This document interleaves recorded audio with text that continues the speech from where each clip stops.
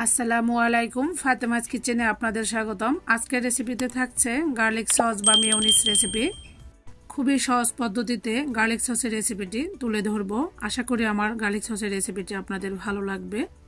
এখানে আমি নিয়েছি 10-12 কোয়া ইন্ডিয়ান রসুন। চাইলে দেশি রসুনও নিতে পারেন, সেক্ষেত্রে আরও 4-5 কোয়া রসুন বাড়িয়ে নিতে হবে। এরপরে এখানে নিয়েছি 1 কাপ অলিভ অয়েল তেল, চাইলে সয়াবিন তেলও নিতে পারেন। নিয়েছি 1.5 টেবিল চামচ লেবুর রস, নিয়েছি স্বাদ মতো লবণ, নিয়েছি 1 চা চামচ চিনি। এরপরে নিয়েছি 2টি ডিমের সাদা অংশ।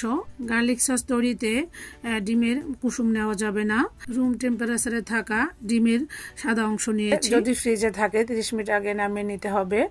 এরপরে আমি রসুনের কোয়াগুলো ঢেলে নিচ্ছি একটি ব্লেন্ডার ঝাগে, দিয়ে দিচ্ছি লবণ, চিনি এবং ওই যে আগে থেকে ভেঙে রাখা 2টি ডিমের সাদা অংশ। এরপরে সমস্ত উপকরণগুলো আমি 1 মিনিটের মতো ব্লেন্ড করে নিব, যতক্ষণ না পর্যন্ত রসুনটা গলে না যাচ্ছে ততক্ষণ ব্লেন্ড করে নিতে হবে। তো আমি বারবার অফ করে রসুনটাকে একদম মিহি করে ব্লেন্ড করে নিয়েছি। এরপরে আমি দিয়ে দিয়েছি ওই যে আগে থেকে রেখেছি যে 1.5 টেবিল চামচ লেবুর রস সেটা, এবং দিয়ে দিয়েছি 2 টেবিল চামচ অলিভ অয়েল তেল। আপনারা চাইলে সয়াবিন তেলও ব্যবহার করতে পারেন। এরপরে আমি আবারও 30 সেকেন্ডের মতো সমস্ত উপকরণগুলো খুব ভালোভাবে ব্লেন্ড করে নিব। 30 সেকেন্ড থেমে থেমে ব্লেন্ড করে নিলে এতে করে ব্লেন্ডারটাও ভালো থাকে এবং ব্লেন্ডারের মেশিনটা নষ্ট হয়ে যায় না। এরপরে আমি আবারও একটু তেল দিয়ে দিয়েছি। এইভাবে আমি 5-6 বার অল্প অল্প করে তেল দিয়ে ব্লেন্ড করে নিব।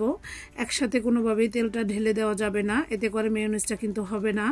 এবং এই পর্যায়ে অবশ্যই খেয়াল রাখতে হবে ব্লেন্ড করতে করতে ব্লেন্ডার যেন গরম না হয়ে যায়। যদি গরম হয়ে যায় তাহলে 1 মিনিটের মতো বন্ধ রাখতে হবে, নয়তো ব্লেন্ডার গরম হয়ে গেলে মেয়োনিজটা ফেটে যেতে পারে।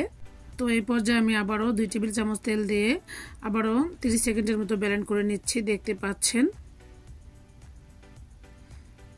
এরপরে আমি ঢাকনাটা উঠিয়ে দেখছি মেয়োনিজটা কতটা পারফেক্টলি হয়েছে। এই তো দেখতে পাচ্ছেন মেয়োনিজটা আমার একটু শুকনো শুকনো মনে হচ্ছে। তো আমি শেষবারের মতো বাকি তেলটুকু ঢেলে দিচ্ছি। এরপরে দেখতেই পাবেন মেয়োনিজটা একদম পারফেক্টলি আরও অনেকটা নরম হয়ে যাবে। এই তো আমি আবারও 30 সেকেন্ডের মতো ব্লেন্ড করে নিচ্ছি।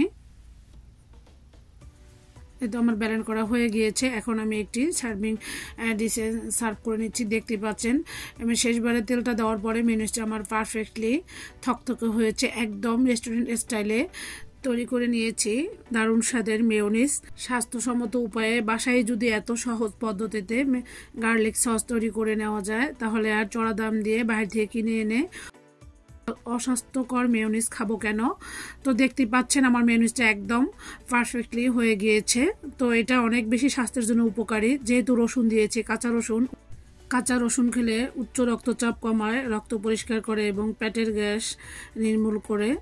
এই গার্লিক সস 1 সপ্তাহ নর্মাল ফ্রিজে রেখে খেতে পারবেন। সেক্ষেত্রে জমে যেতে পারে, তখন লিকুইড দুধ জাল করে একদম ঠান্ডা করে, যদি লবণ এবং চিনির পরিমাণটাও কম হয়, দুধের সাথে মিক্স করে গার্লিক সস বা মেয়োনিজের সাথে মিক্স করে নিতে পারবেন। কোনোভাবেই পানি দেওয়া যাবে না। এভাবে আমি মেয়োনিজ সেটা আপনাদের সাথে শেয়ার করেছি। তো গার্লিক সস বা মেয়োনিজের রেসিপিটি যদি আপনাদের ভালো লেগে থাকে অবশ্যই কমেন্ট করে জানাতে ভুলবেন না। এবং যাদের গার্লিক সস বা মেয়োনিজটা একদমই পারফেক্টলি হয় না, তারা আমার ভিডিওটি A to Z ফলো করে যদি তৈরি করেন, ইনশাআল্লাহ আমি কথা দিচ্ছি আপনাদের মেয়োনিজটাও ঠিক মতো জমে যাবে। তো আজকের মতো তাহলে এখানে বিদায় নিচ্ছি। আল্লাহ হাফেজ।